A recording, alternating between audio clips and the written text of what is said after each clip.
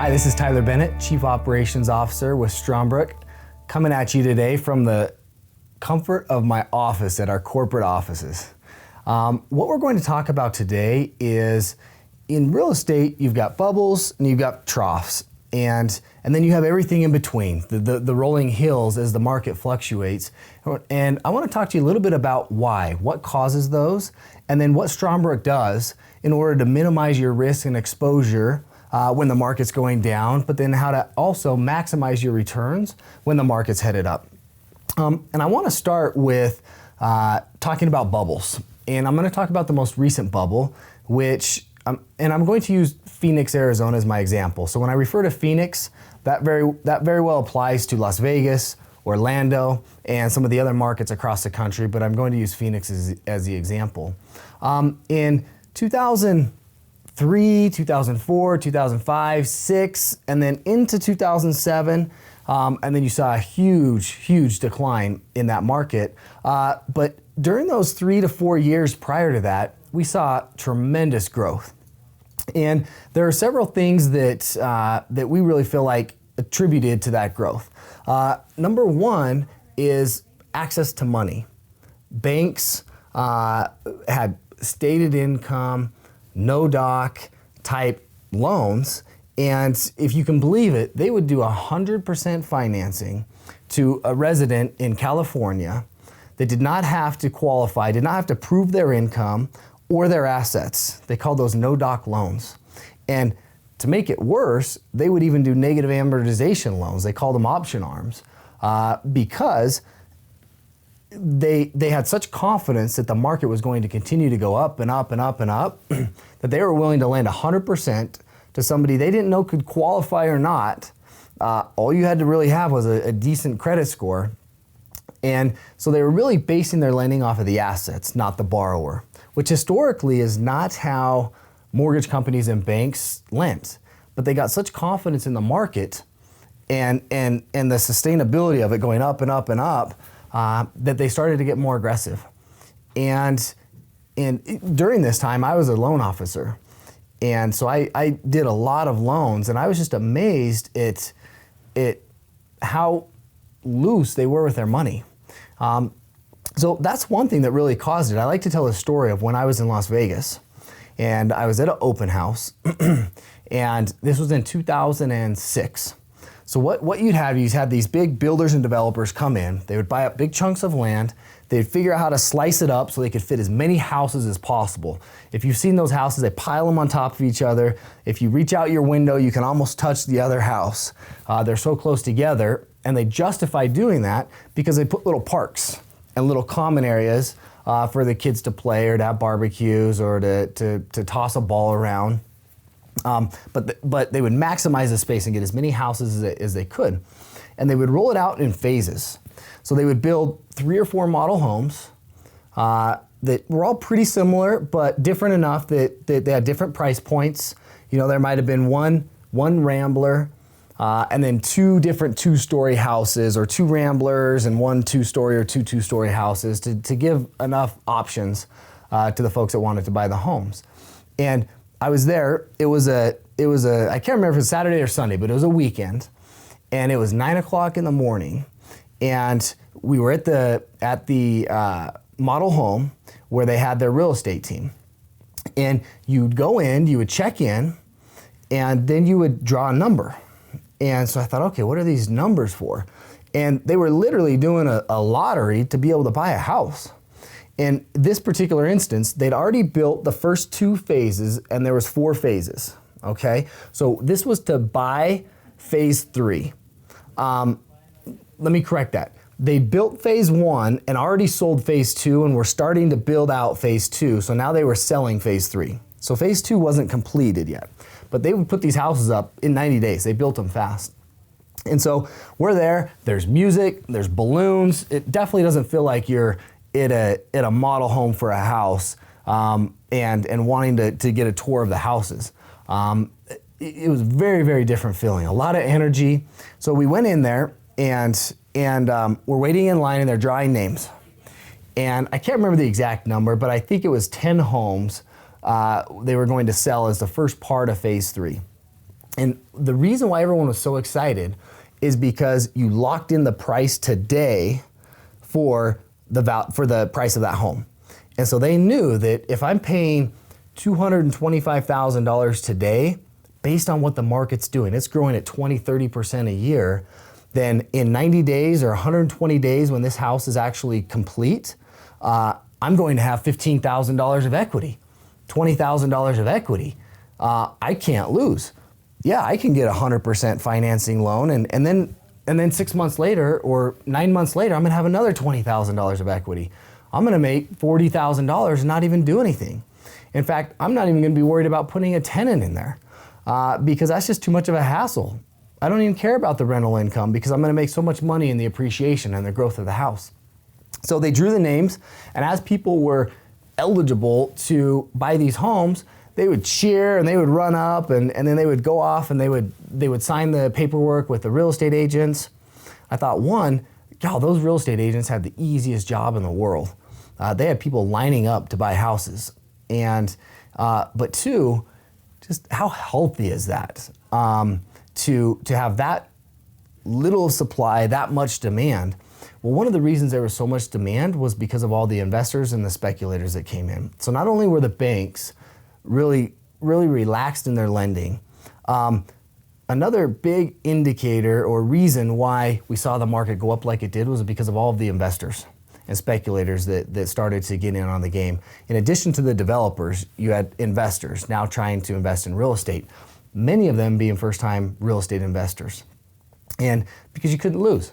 It was really easy. You didn't need all of the knowledge and education like you get through Strongbrook, because all you had to do is get your number drawn, you go get a mortgage, which is really easy, and you wait 6 months or 12 months or 2 years, and you sell it and you make a whole bunch of money. And that's what people did 2004, 5, 6. And then all of a sudden, 2007 hit. So you had homes that were previously valued at $130,000 or $160,000 going for upwards of $300,000, and they were pretty much the same homes. One other thing that helped cause that crash was there was a lot of individuals, families, that let's say they lived in a 3-bedroom, 2-bath house that they bought in 2002 for $160,000. And they were looking at these values go up. And so then they started getting in saying, well, Gal, if I'm ever going to upgrade to that 2-story, 4-bedroom, 2.5 bath, I need to do it now, because the longer I wait, the more I'm going to pay, and I'm not going to be able to afford it eventually. So you had people upgrading houses that really weren't in a position to upgrade and really couldn't afford that higher payment, but they were panicking. Or those that didn't saw the values of their house go from 160 to 200 to 250 to 300. They were getting home equity lines of credit, which were very easy to get. And typically they were not very smart with that money. They were out buying boats and TVs and cars because why not? The value of my house is just going to continue to go up and up and up and up. And so you had a lot of people in 2007 that had paid premium dollars for this real estate. Many of them had bad loans. Many of them didn't put tenants in. And all of a sudden the banks, Lehman Brothers and some of the others that were first to go, all of a sudden the banks realized what they'd created and what they were creating in the position that they found themselves in. And they literally just had too much exposure. They were too aggressive, took too much risk, and couldn't do it anymore. So they stopped lending. The second they stopped lending, well, now all of your speculators and everybody like that, and that were buying real estate that were not able to qualify, now they can't buy anymore. So you had these builders building as fast as they possibly could because they couldn't build them fast enough, that had bought all of this inventory or had all this inventory, had bought land and developed out a lot of had put a lot of capital on the line in order to build these huge subdivisions. Most of the time they're borrowing, so they were going to banks that were lending to them. So all of a sudden the demand for these houses slowed. And so you had a couple things happen now. One, the California investor that paid $280,000 for this house, and he couldn't get a tenant in it. And if you were faced with the decision of, I've got my primary residence and I have 2 investment properties out of state that I can't afford, and I'm not going to be able to make one of the mortgage payments, which one's going to be first? Of course, it's not your primary residence, right? You're gonna not pay on an investment property long before you don't pay on your primary residence. And so you had a lot of people stop paying on their investment properties. You had many people who in 2005 or 2006 decided to do these 2 or 3 year ARM loans with low introductory rates. Then in 2 or 3 years, their payments jumped way up. You had these negative amortization options that the negative amortization, that minimum payment dropped off, and now they were forced to make a 30-year amortized payment. So you had payments going from $1,000 or $1,100 or $1,200 that were these introductory payments all of a sudden jumping to $2,200, and they couldn't afford it. And 3 years prior, they weren't worried about it because of what the values of the houses were doing. They figured they would deal with it then. They would use some of the equity to figure out how to continue to afford the house. Well, that obviously didn't happen. And so you had investors stop paying, and eventually you had many people that had primary residence that stopped paying. So 2007, 2008, and 2009, we saw a lot of these homes go into foreclosure. And literally it dropped fast. Faster than I think anybody realized until we were looking back at really how fast that it dropped. And so you saw developers go under. You saw the onesie ma pa investors that started to lose their houses, and then finally the primary people that hung on for as long as they could lose their houses. Many of these people living in these houses for upwards of 2 years without paying a single mortgage payment before the banks actually foreclosed on them, because the banks received so many bad loans back. It took them a long time to foreclose on houses. In fact, they preferred to have somebody stay in the house, keep the lights on, keep the utilities on, make sure it's not getting vandalized for free for on average just under 20 months in the Phoenix market, for example, without even paying a mortgage because it took them that long to get through the paperwork and get through the system to actually start the foreclosure process with them or finish the foreclosure process. So what that did is it created this big bubble, it created this big crash. And when it crashed, it overcorrected. And what we mean by that is because it went up so high so fast, it fell below where it should be. Well, that might beg the question, well, where should it be? How do you define what home prices should be? There's a lot of different things that we evaluate in the markets. You know, what's the median income? What's the median home price? And look back over time at those trends. We're gonna look at local unemployment and job growth and many different indicators. How long are houses on the market? What is the average rent per square foot? All these different things to determine, okay, this is a reasonable price for homes. And homes need to be affordable for the market. The average home price in Bel Air, California isn't the same as it is here in Orem, Utah. Similarly, Phoenix, Arizona is a different market than Indianapolis, Indiana. And so it depends on the incomes that are coming in and the affordability factor of where homes really should be valued at. And so when we analyze these markets, we looked and we saw, again, using Phoenix as the example, that it had dropped well below where it should be. So now homes were very, very affordable. We saw the average income here, and where the homes should have been in alignment with that, they were down here, which represented a huge opportunity. In the report that you receive along with this DVD, you'll see this bubble and trough and this overcorrection, and that's an opportunity to get in and really accelerate your game plan. When we have these big dips, we call that a growth market opportunity. Different from the cash flow opportunity, which is during your normal market, which is your hills. Your rolling hills, because when it goes way up, we have a different strategy. When it crashes way down, we have a different strategy. So in that recovery is what we call the growth market. And those are not predictable. I don't know when the next opportunity is going to be to get into a growth market, whether it's 5 years from now, 10 years from now, 15 years from now, we really don't know. And so our normal strategy is centered around cash flow. which many of you have experienced purchasing houses in, for example, Indianapolis or Memphis, Tennessee, in our cash flow markets, because those markets are just slow and steady growth. I call them the marathon approach to real estate, because over time you're going to see fantastic returns. You're going to see it compound as you reinvest your cash flow and you acquire more and more houses, and over a 10 to 20 year period of time see phenomenal growth in your net worth. Not to mention the residual income, which is why we love cash flow. Or love real estate. But what happens is these cash flow markets don't fluctuate as much. For example, they didn't go up more than 20% or down more than 20% from that 2003 to 2012 timeframe.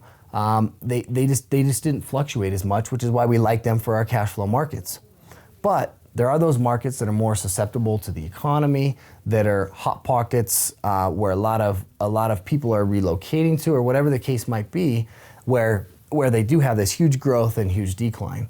And when that happens, we want to take the opportunity to call time out to your normal 10 to 20 year game plan, where you're plugging away in the cash flow, you're making your $325 or $350 every single month, and everything's going well. That works. We can create a lot of wealth for you going down that track. But we look forward to the opportunity where we can call time out and we can go get into those growth markets and we can ride them back up. Now, a lot of people say, well, aren't you worried about a double dip? Or how do you know when to get out of those growth markets? And for me, it's not as complicated as you might think. It's just don't get greedy. What we do is we ride those back to where the prices should be. Not where they were before, or even above where they were in 2006 or 2005.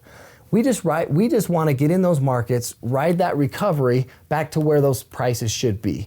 You know, what's the cost to rebuild that house today? By the time you buy land, pay all the soft costs and then the hard costs, and sell a house, what's it costing to do that? And that's reasonably where the value of houses should be.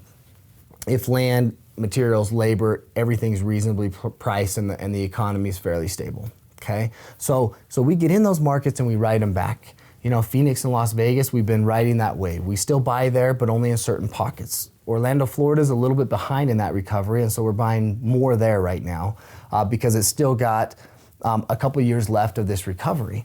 But once that recovery is gone, there's a good chance that Strongbrook will only be in cash flow markets if there is no opportunity in another market for this recovery, because we don't want to put emphasis on appreciation. We don't want to turn into those California speculators buying a house in Phoenix, Arizona, solely based on the value and what we are crossing our fingers the value is going to do. That's just not our strategy. We want to minimize the risk as much as we possibly can. One of the other ways we minimize the risk is 30-year fixed mortgages. We don't ever want to put you in a situation where you're buying a house and for 3 years it's great, but come year 4, your mortgage payment jumps up 10 or 20%, and now all of a sudden you don't have any cash flow. And if we did that, it would be because we're playing the speculation, we're playing the appreciation on the house, and what if it didn't appreciate? Now you're in a position where you're forced to make decisions that you may not want to make. I like to tell everybody, we often get asked the question, well, what happened to your clients that bought in 2007 or 2008 at the peak of the market? And it's a simple answer. We bought with cash flow in mind. Cash flow comes first, because if you have the cash flow, you can ride it out for as long as you need to. So as the market went down, yes, the value of their houses went down, but the rents didn't go down like the values did, and so they continued to cash flow all along the way. And the only time you lose is if you sell when you're down. But if you can ride that out and then come back up, of course, you get cash flow all along the way, but then when you liquidate, you potentially can make a profit on the value of the house as well. And so it's our job to keep track of the market, to know which markets to go into, what strategies to employ. Are we in cash flow? Are we in growth? Is it best to hold? When's the right time to sell? When is there an opportunity for a new growth market? And which market is that going to be? It's our job to be the experts in that, and to give you, our Strongbrook clients, the advice and the direction that makes the most sense for your game plan. whether you have a 5-year game plan, a 10-year or a 20-year game plan, or even a longer time frame than that. We're always going to give you the best advice we can based off of the situation that you have. And that's really, for us, we've figured out how to successfully assist you in doing real estate in up, down, and sideways markets, which creates longevity for our company, creates longevity for our relationship with you, and allows us and affords us the ability to consult with you and to modify your game plan. In looking back, I look in 2009 or 2010, new clients that we had at that time frame, and the game plan we put together for them at the time. And now you fast forward 5 years and it's changed drastically. So we're constantly updating it. We're gonna always be forward looking and look out to that 10 or 20 years and what's that end goal? How much net worth do we want to create? How much residual income do we want to create? But we're going to constantly modify it and look at that because we just don't know what the market's going to do. And again, we don't know if we're going to have a chance to accelerate it. Phoenix, for example, recovered much quicker than we thought. When we opened up the Phoenix market in 2010, we had no idea what it would be looking like in 2014 and that it would recover as fast as it did. And so based on that, some of our clients' game plans accelerated even faster than we thought they would. Likewise, in Indianapolis, we don't know what rents are going to do. We predict that they'll grow year over year, just like they have over the last 20 to 30 years, but they might grow faster, and we may be able to accelerate game plans that way. But again, like I said, it's our job to constantly be evaluating your portfolio as you begin to invest real estate with us, and then to consult you and advise you to what the next steps are. And in doing that, we stay in close touch with you on what's your risk tolerance and what are your short-term and long-term goals. And we really try to customize the Strongbrook product to meet your goals and where you want to go with it. So I hope this brief explanation of what causes bubbles, what causes those to crash, and how do we try to time those? Again, we don't necessarily try to time it. We don't try to sell at the bottom, buy at the bottom, sell at the top, buy at the bottom, sell at the top, because we're not day trading real estate. That's not our strategy. We're in it for the long run. And our goal isn't to hit home runs with every swing. It's to hit a home run over the long run, but to hit singles and to bunt the runner over to second, steal third base, and hit a sacrifice fly to get them to home.